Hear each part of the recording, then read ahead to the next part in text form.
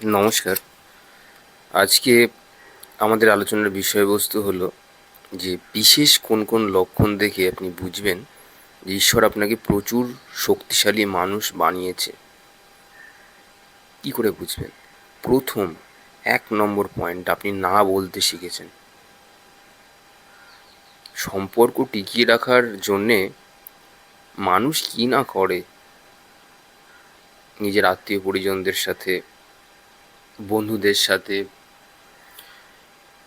অফিসে, বাইরে, ঘরে। নয় তারা না বলতে পারে না, আর যদি মন থেকে বিরোধ আসে তাহলে চিৎকার চেঁচামেচি করে পুরো জিনিসটাকেই নষ্ট করে দেয়। না বলতে পারা মানে চিৎকার চেঁচামেচি করে না বলা নয়। না বলা মানে চেঁচানো নয়। না মানে শুধুই না বলা। যে তুমি কি আমার সাথে যাবে? না। তুমি কি সেই কাজটা করবে? না, করবো না। তুমি কি ওটা নেবে? না। তুমি এখন আসতে পারো। না মানে চিৎকার চেঁচামেচি করে গোটা বিশ্ব সংসারকে নিজের ঘরে নিয়ে এসে ঝামেলা পাকানো নয়। যে ব্যক্তি হ্যাঁ এবং না এর মধ্যে বলতে পারে, স্পষ্ট বক্তা, তারা অত্যন্ত শক্তিশালী মানুষ হয়। খুব কম লোক আছে পৃথিবীতে যারা পরিষ্কার না বলার মতন ক্ষমতা রাখে। আপনি দেখবেন বিভিন্ন টিভিতে, পেপারে মানুষ তার কথাটাকে কীভাবে ঘুরিয়ে পেঁচিয়ে, একটা সোজা কথা হ্যাঁ বা না বললে হয়তো মিটে যায়, কিন্তু সেই কথাটাকে ঘুরিয়ে পেঁচিয়ে টার্ময়েল করে এমনভাবে রিপ্রেজেন্ট করবে, রাহু যেরকমভাবে রিপ্রেজেন্ট করে আর কি, যাতে সব দিক বেঁচে থাকে। তো এরকম মানুষ একদম শক্তিশালী নয়, দুমুখো সাপ হতে পারে। তো এর থেকে বেটার আপনি পরিষ্কার না করে দিন, না বলাটা শিখুন। নাম্বার সেকেন্ড, আপনি এইটুকু বুঝেছেন এখন যে ইমোশনালি ইনভলভ হয়ে নিজের জন্যও ভালো হয় না এবং পারিপার্শ্বিক মানুষের জন্যও ভালো হয় না। দেখুন, আপনি এটা যদি করে উঠতে পারেন, মানে ইমোশনের ওপরে উঠে যদি জীবনে কাজ করতে পারেন, তাহলে আপনি সত্যিই একজন শক্তিশালী মানুষ এবং ঈশ্বর আপনাকে সেটা বানিয়েছে। ইমোশনালে পড়ে বা ইমোশনাল হয়ে আপনি আবেগে হয়তো ভেসে গিয়ে একটা হয়তো কথা দিয়ে ফেলবেন, যেরকম কর্ণ করেছিল আর কি। তো সেখানেও ভুল হতে পারে। ইমোশনালে পড়ে আপনি আনন্দিত হয়ে কোনো ডিসিশন নেবেন, সিদ্ধান্ত নেবেন, সেটাও ভুল হতে পারে। আবার কোনো হয়তো ডিসিশন থেকে আপনি বিরত থাকবেন, সেটাও ভুল হতে পারে। তো আপনি যদি ইমোশন থেকে উপরে উঠে এমন কিছু করতে পারেন যেটা আপনার জন্য এবং সোসাইটির জন্যও ভালো, তাহলে দেখবেন এই জগৎ সংসারটা সুন্দর এবং আপনি অনেক শক্তিশালী মানুষ। আপনি দেখবেন বাড়িতে হয়তো আপনার সাথে কারোর ঝামেলাঝাটি হয়েছে বা আপনার বন্ধুর সাথে, তো সেই জন্য আপনি নাওয়া খাওয়া ছেড়ে দিয়েছেন, আপনার যে দায়িত্ব কর্তব্যগুলো ছিল সেখান থেকেও আপনি আস্তে আস্তে আস্তে নিজেকে সরিয়ে নিয়ে আসছেন। তো এটাও একটা বিপদ, এটা একটা, কি বলবো, আপনি ইমোশনে ভেসে গেছেন, আপনি নিজের কর্তব্য থেকে চ্যুত হয়েছেন। তো আপনাকে এটা শক্তিশালী মানুষ বানায় না। তো নিজের ইমোশনকে ওপরে উঠিয়ে বা ইমোশনকে নিচে রেখে নিজেকে উপরে উঠিয়ে আপনি যে কর্তব্য দায়িত্বগুলো যখন পালন করবেন, সেগুলো হচ্ছে কি আপনাকে একজন শক্তিশালী মানুষ হিসেবে তৈরি করে। পরের পয়েন্ট, জীবনে ক্ষয়ক্ষতি হলে আপনি আর সেটাকে ভয় পাচ্ছেন না। ধরুন আপনার প্রচুর ঋণের বোঝা রয়েছে আপনার মাথায়, ইএমআই রয়েছে, কোথাও লোন রয়েছে, আপনি বিপর্যস্ত, মামলা রয়েছে, লিটিগেশনস রয়েছে। তো আপনি আর সেগুলোকে না পাত্তা দিচ্ছেন না, মানে সেগুলোর প্রতি আপনার অত কনসেন্ট্রেশন নেই। আপনি এটা মনে করেছেন যে এবার যা হবে হয়ে যাবে। ক্ষয়ক্ষতির জন্যে নিজেকে আবার ডাউন করা, নিজেকে নিচে নিয়ে যাওয়া, এইগুলো আপনার আস্তে আস্তে আস্তে কিন্তু কেটে যাচ্ছে। তাহলে আপনি বুঝবেন আপনাকে ঈশ্বর একজন শক্তিশালী মানুষ হিসেবে তৈরি করছে। নাম্বার 4, আপনার জীবনের দর্শন পাল্টে যাচ্ছে। আপনি আগে যেভাবে সমাজকে দেখতেন এখন আর সেভাবে দেখছেন না। আগে আপনি সমাজকে কীভাবে দেখতেন? কেউ যদি আপনাকে খুব বেশি ইমোশনালি হার্ট করতো, বা আপনাকে হয়তো আপনার ইন্টেনশন না জেনে, আপনার ধরুন আপনার একটা ভালো ইন্টেনশন আছে, সেটা না জেনেই লোকে আপনাকে কিছু কটু কথা বলে দিয়ে যেত। আগে আপনি দুঃখ পেতেন, আপনি হাসতেন, আপনি ভেঙে পড়তেন কোনো সময়, কিন্তু এখন আর সেগুলো হচ্ছে না। না সুখ হচ্ছে, না দুঃখ হচ্ছে, না সুখ আছে না দুঃখ আছে। আপনার কাছে সুখ দুঃখ সমান হয়ে গেছে এখন। এরকমটা যদি আপনি হন, তাহলে বুঝবেন ঈশ্বর আপনাকে একজন শক্তিশালী মানুষ বানিয়েছেন। নাম্বার 5, আপনি এখন অনেক কঠিন সিদ্ধান্ত নিতে পারছেন। যে সিদ্ধান্ত আপনার নিতে গেলে পরে মানুষের প্রয়োজন হতো, মানুষের কি মতামত আপনি জানতে চাইতেন, 5টা মানুষের কি মতামত আছে, সেগুলো থেকে আপনি এখন নিজেকে বার করে নিতে পারছেন। অর্থাৎ আপনার মনের উপর দখল অনেক বেড়ে গেছে। যে আমার কোনো একটা ধরুন বন্ধু মারা গেছে বা বন্ধু নেই, সেই ইমোশানে আমি ভেসে যাব, নাকি সেখান থেকে বেরিয়ে এসে অডিও করব বা কোনো যেটা আমার কর্তব্য আর কি, যেটা যেটা যেটা তুমি রোজ সমাজকে বা সোসাইটিকে তোমাকে দিয়ে কাজে লাগানো হচ্ছে প্রকৃতি দ্বারা, তুমি সেটা করবে। তোমার কাজ হচ্ছে রোজ গাছকে জল দেওয়া, তোমাকে চুজ করা হয়েছে। তো আজকে তোমার বাড়িতে একজন ধরো মারা গেছেন বা নেই তারা, ঠিক আছে, তো তুমি সেটাতে ভেসে যাবে, নাকি তোমার যে কর্তব্য, তোমাকে যে কাজটার জন্য নির্বাচিত করা হয়েছে, তুমি তোমার কর্তব্য পালন করবে। কর্তব্য পালন করলে তবেই ধর্ম হয়। না তুমি তোমার ধর্ম পালন করবে। তোমার ধর্ম কোনটা? তোমাকে বাগানের মালি করে পাঠানো হয়েছে জন্মে। তোমার কাজ হচ্ছে গিয়ে বাগানকে বা গাছে জল দেওয়া, সার দেওয়া, তাদের রক্ষণাবেক্ষণ করা, কোন পাতাতে ফুটো ধরেছে বা কোন পাতাতে পোকা খেয়ে নিচ্ছে, সেগুলোকে তোমাকে রক্ষণাবেক্ষণ করবার জন্য তোমাকে ঈশ্বর নির্বাচন করেছেন। তোমার পার্সোনাল ম্যাটারগুলোকে, অর্থাৎ ইমোশনসকে বাড়োয়া দিতে নয়। প্রত্যেক মানুষের জীবনের না একটা আলাদা আলাদা একটা চ্যাপ্টার্স আছে, একটা আলাদা আলাদা লক্ষ্য আছে। আমার মনে হয় মানুষের বা আমাদের যে পার্সোনাল যে প্রবলেমস প্রত্যেকটা মানুষের আছে। প্রবলেম ছাড়া কেউ না। ভগবান রামেরও প্রবলেম ছিল, কৃষ্ণেরও প্রবলেম ছিল, সেখানে আমি আপনি কেউ কিচ্ছু নয়। তো আপনার কাজ যদি হয় জল দেওয়া, এখানে গাছের কথা বলছি, আপনি হয়তো সমাজের বুকে হয়তো জল দিচ্ছেন, কারো আত্মা হয়তো তৃপ্ত হচ্ছে, আপনাকে সেই কাজটার জন্য ঈশ্বর নির্বাচন করেছেন। তো প্রকৃতির ওপরে তো কেউ নয়, ঈশ্বরের উপর কেউ নয়। ওনার ইশারা ছাড়া আপনার মৃত্যুও হবে না, আপনি যতই বড় যোগী হন না কেন। ওনার পারমিশন নিতে হবে যে আমি আমার কমপ্লিট করেছি যে কর্মগুলো, আপনি একটুখানি টিক দিয়ে দিন যে এখন কি আমি যেতে পারি, নাকি আরও কিছু বাকি আছে। তো সিদ্ধান্ত নেওয়া, কঠিন সিদ্ধান্ত, অনেক বড় বড় সিদ্ধান্ত নিতে হবে।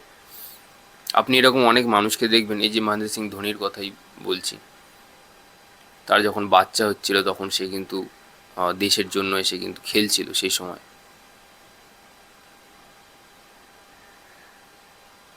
তো যেটা কর্তব্য, যে মানুষকে যেটার জন্য চয়েস করা হয়েছে তাকে সেই কর্তব্যটা পালন করতে হবে, আবেগে ভেসে গেলে চলবে না। নাম্বার 6 হচ্ছে গিয়ে জীবনের সব পরিস্থিতিতে স্থির, ধীর এবং ভালোবাসা দিয়ে দুঃখকে জয় করতে হবে। এবার আপনি বলবেন দুঃখকে কিভাবে ভালোবাসো? ওটাই তো না, ওটাই হচ্ছে গিয়ে তোমাকে শক্তিশালী বানায়। দুঃখকে জয় করা মানে তোমার কাছে সুখেরও তার মানে তোমার কাছে কোনো ভ্যালু নেই। কিন্তু যে মানুষ দুঃখকে পেরিয়ে বেরিয়ে গেছে তার মানে তোমার কাছে সুখেরও কিন্তু কোনো মূল্য নেই। সুখও তোমার কাছে মূল্যহীন লাগছে। তোমার কাছে 5টা গাড়ি আছে, 5টা বাইক আছে, তোমার কাজ আছে, সম্পত্তি আছে, এটা এক ধরনের সুখ, মানসিক সুখ এটা অ্যাকচুয়ালি। মানে আমরা যেগুলোকে সুখ ভাবি, এগুলো কিছুই না, এগুলো আসলে আমাদেরকেই একটা ঘেরাটোপের মধ্যে না বন্দি করে দেয়। আমরা নিজেরাই আসলে বন্দি হয়ে যাই। ফলে যে ব্যক্তি দুঃখকে অতিক্রম করেছে, তার আগে ভাববেন সেই ব্যক্তি সুখকেও অতিক্রম করেছে। দুঃখকে সে পরে অতিক্রম করেছে, তার আগে কিন্তু সে সুখকে অতিক্রম করেছে। তার সামনে অ্যামিনিটিস অফ লাইফ, অ্যামিনিটিস মানে যে জিনিসগুলো আমাদের প্রয়োজন, নিত্য প্রয়োজন জীবন চালানোর জন্য, এটাকে অ্যামিনিটিস অফ লাইফ বলে, সে আগে সেটাকেও অতিক্রম করেছে। সে সেটাকেও বলেছে যে থাকা না থাকা একই ব্যাপার, বেসিক সার্ভাইভাল। তারপরে গিয়ে সে কিন্তু দুঃখকে জয় করেছে। দুঃখকে কিন্তু জয় করা অত সোজা ব্যাপার নয়। তো যে ব্যক্তি দুঃখকে জয় করেছে, তার আগে কিন্তু সে সুখকে জয় করেছে, সুখকে ছেড়েছে, সুখকেও ছেড়েছেও, তাই জন্যই আজকে দুঃখকেও ছাড়তে পারছে। যে ব্যক্তি সুখপ্রেমী, সুখ চায়, তার জীবনে দুঃখ আসবেই, সে দুঃখকেও ছাড়তে পারবে না। তো এটি যে নিয়ে করতে সক্ষম, সেই ব্যক্তি কিন্তু প্রচুর শক্তিশালী মানুষ। শ্রীকৃষ্ণ ছিল, ভগবান রামচন্দ্র ছিল, বড় বড় উদাহরণ আছে।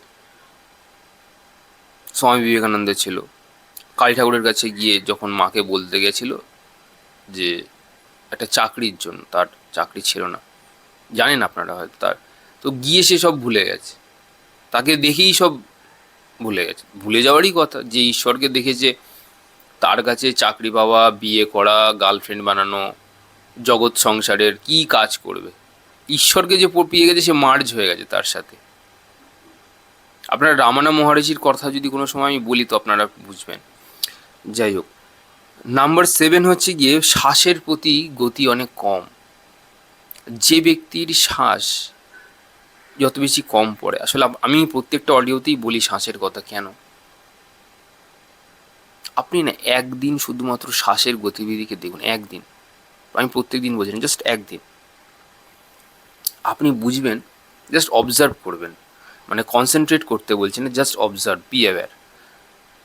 আপনি দেখবেন শ্বাস যখন আপনি নিচ্ছেন, প্রথম প্রথম তো খুব ভোলাটাইলভাবে নেবেন, মানে অটোমেটিক দেখবেন শ্বাসটা খুব জোরে উঠছে, আবার চলে যাচ্ছে। কিন্তু একটা সময়ের পরে অবজার্ভ করতে করতে দেখবেন শ্বাস নেওয়া এবং ছাড়ার মাঝখানে একটা গ্যাপ থাকে, একটা পয়েন্ট থাকে।